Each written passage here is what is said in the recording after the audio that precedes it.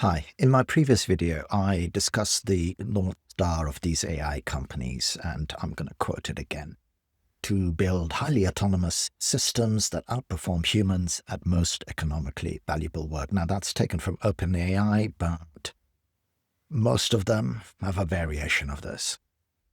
And I then concluded the video by proposing that a human-in-the-loop AI adoption is the way forward. So we work really closely with AI and make ourselves and create more valuable output in that process by being highly AI assisted. I think the first comment on that video called out the glaring dichotomy between those two ambitions, and they seem mutually exclusive. I kind of paraphrase that. That was the gist of the comment. And that, to me, is the fundamental question related to this technology. Are those two objectives mutually exclusive, yes or no? Is it as binary as that, or are we looking at shades of gray? Is it designed to replace us or make us better?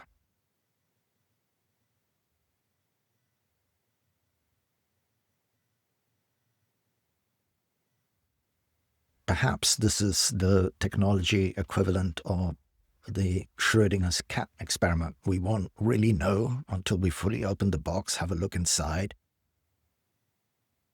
see which one of those is going to be true. And like I said, I hope it's not as binary as that.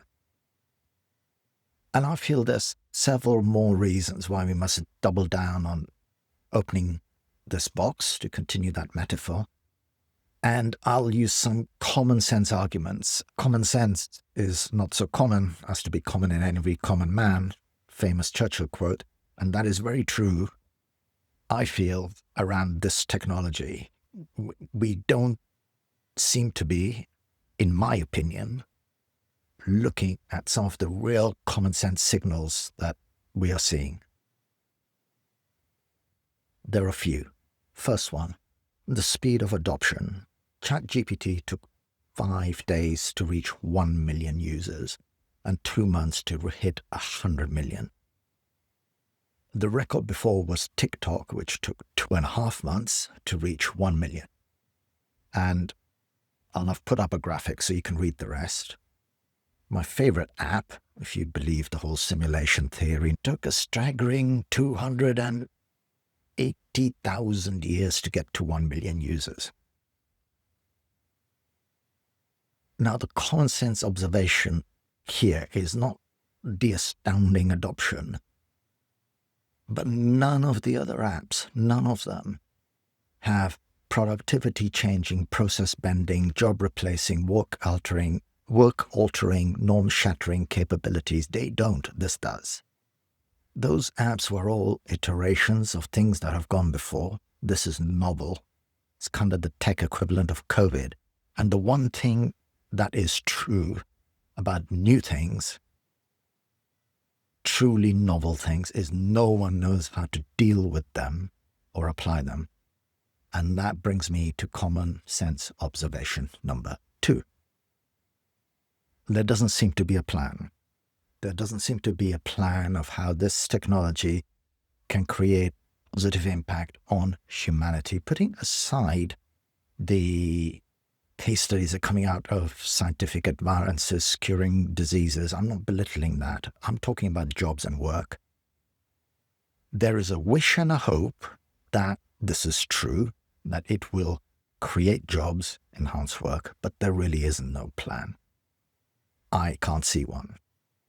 If you can, let me know in the comments. What I can see, however, is a lot of big companies freezing hiring, eliminating jobs. What I can see is AI companies scrambling for case studies that are kind of positive in this context. And most of these seem to be, again, just stuck in the world of science and disease prevention. Again, great. But not a single one that I've seen is kind of like, hey, we've used this technology. We have reskilled our people. We're now recruiting like mad because we're growing as a result. They may be out there. I hope so.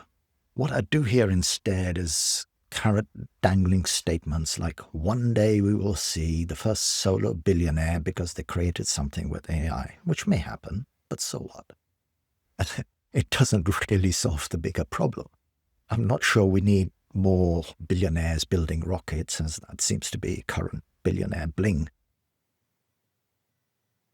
There is no plan in place for what work that you and I have been used to do may look like in future. Full stop. There are, however, lessons from history that perhaps these big companies would be wise to learn from. Henry Ford proactively gave his $5 a day minimum, cut their shifts to 8 hours, because he realized, this is the common sense thing, that if you're building a ton of cars, you need people who can actually buy them. Joseph Rowntree created New Eastwick Garden Village outside York. Provide airy cottages, gardens, green belts. I've been there, it's beautiful. And the Rowntree Trust still manages that estate. And it's a reference model of affordable, decent housing, something maybe our rocket-wielding billionaires might want to look into. The point of these examples is, in that last inflection of the industrial age, the people who were driving it became involved in the solution, became involved in figuring out how to bring us along with it. They recognize that taking care of people, both workers and at a societal level, whatever their motivation, you can dig deeper into it. And let's put it on the parking lot. But they knew that this was important, and important enough to be proactive about it, rather than just saying, hey, there's a problem, and then carrying on regardless. Okay? I will come to what I think might be the solution later on, so this is not just a rant. And that brings me to point number 3, right? I believe that the access to this technology, and this is a slight jump, but there is a relevance to it, will get more expensive very quickly. So kind of the time is now to double down on utilizing and figuring it out. Google have put up their subs on the workspace twice. Direct correlation with the adoption of AI, because it costs a lot of money. I don't have a choice to say, hey, can I have the one without? So that's going to jump. The price jump in ChatGPT between your Solo Plus version to Teams, and even Anthropic with Claude, you jump from Solo version to Teams, the jump is huge because they know that it is an expensive beast to kind of use that aggressively. And LLMs are very, very power hungry. And they're power hungry because at the minute for work, in the relation of work, increasing the context window still has significant benefits, but that drives up power consumption. The other thing as a result of these other LLMs is that every SaaS platform out there is going to increase its subscription to you as a solo person using them, small business.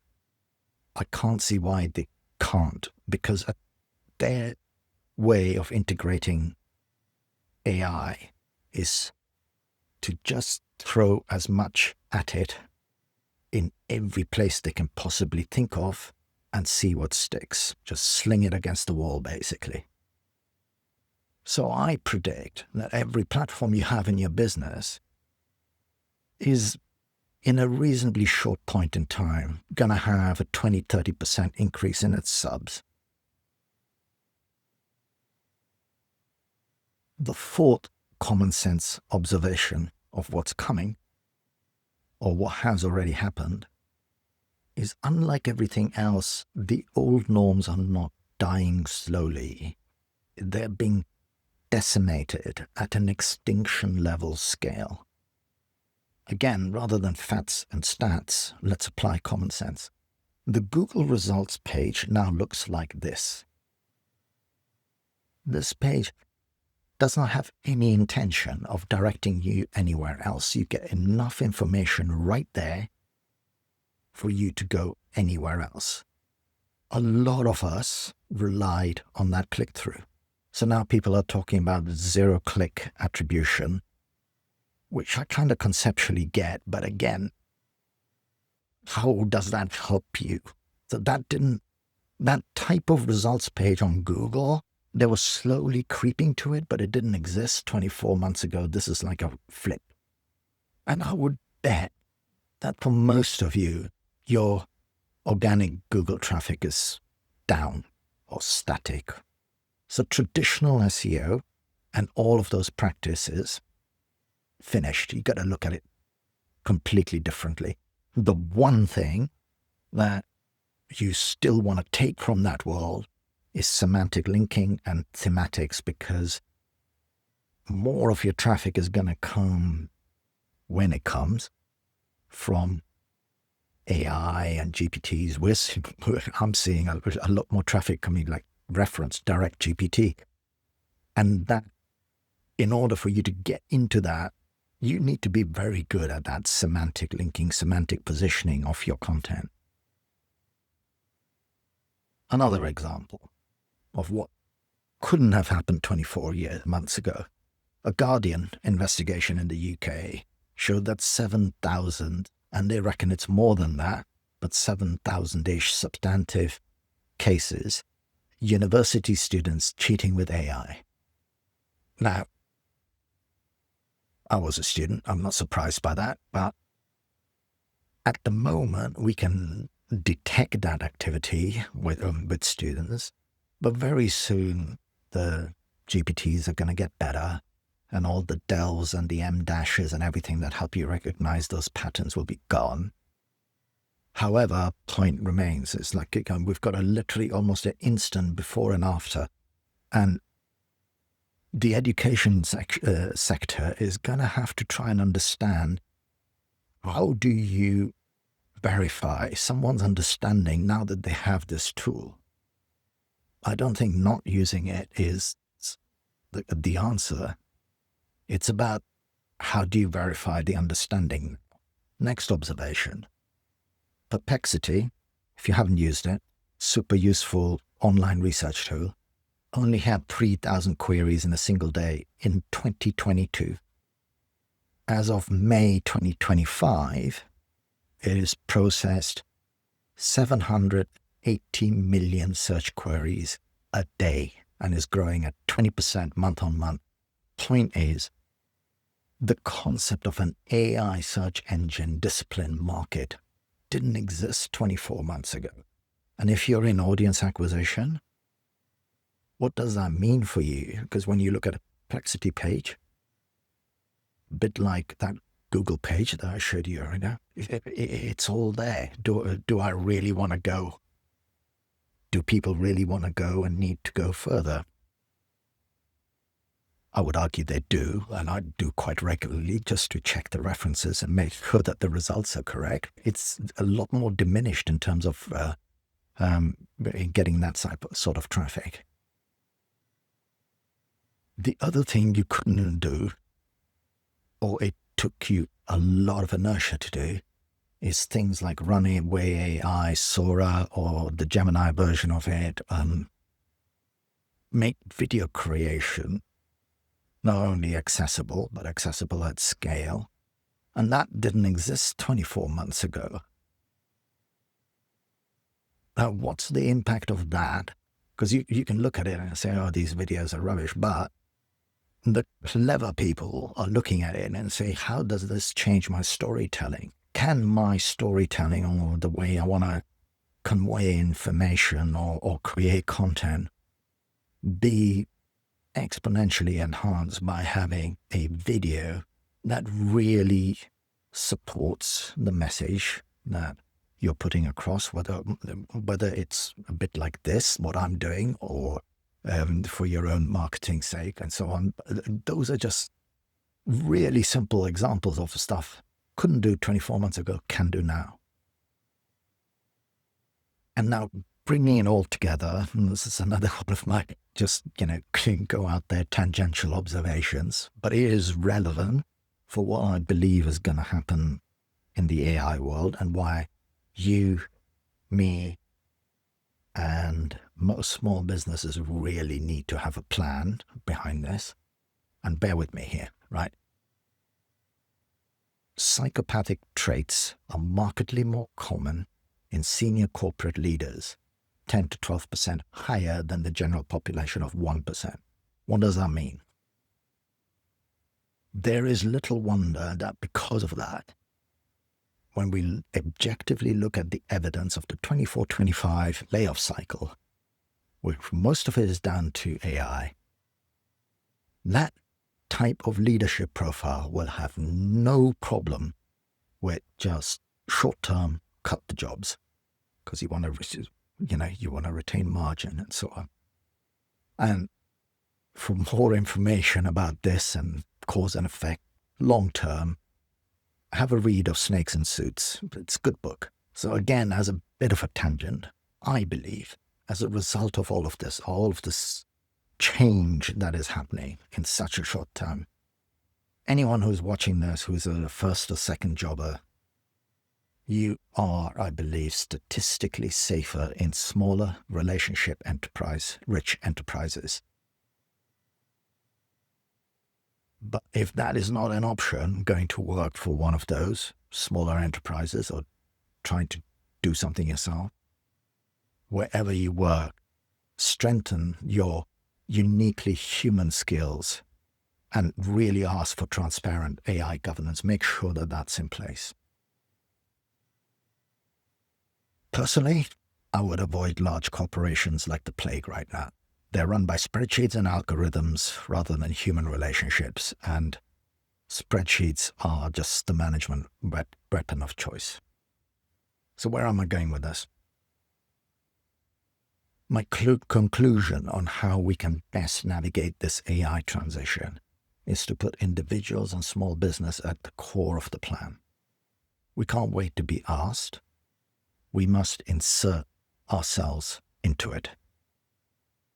And I hope by looking at what's happening with this common sense lens, you are convinced of this too.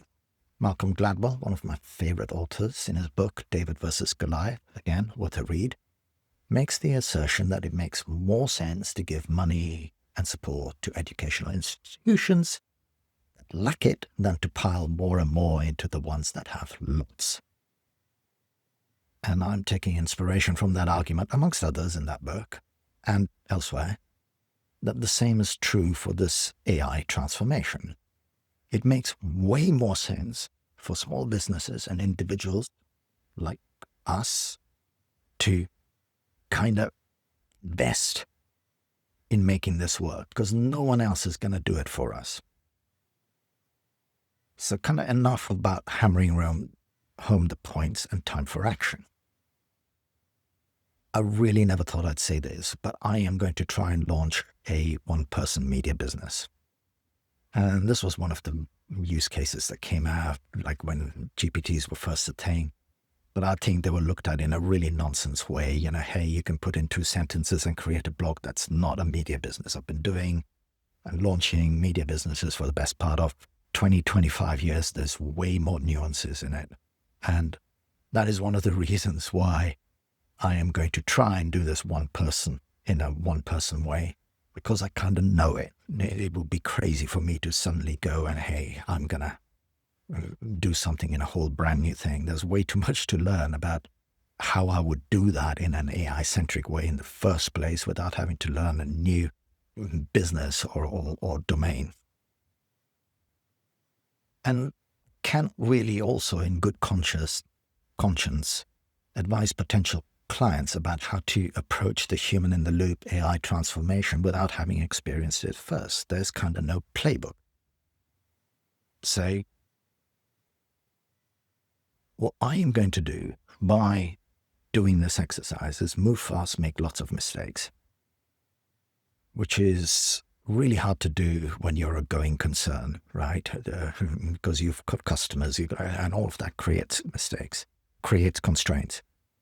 And those mistakes that I'm going to make, I am going to share on this channel so that you can learn. And we can learn together. And I also have the luxury of being able to do this for some time without needing to really worry too much about sponsors or paid subscribers. I want subscribers, just not paid ones.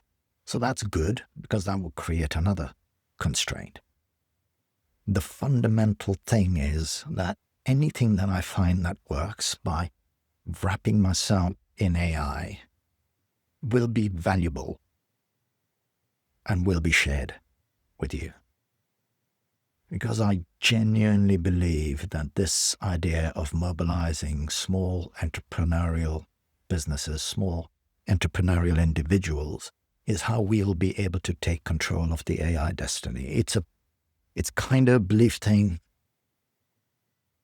really driven by all those sort of common sense observations I shared with you at the top of this video. Another design constraint I'm going to have for this experiment, as much as possible, I'm going to try and use low-code, no-code tools so that any valuable learnings can be activated by you and replicated. I'm not saying we'll never have to code something from scratch, because the tool might not be out there. And on this channel, I'll be sharing weekly retrospectives, mini learnings, and let's have some fun together. Because I'm done now with sharing the theory and the inputs and the learnings over the past 24 years. It's time to take action and do something. So thank you very much for watching, and an awesome number of subscribers with the last one. If you are subscribing, thank you so much. It means a lot.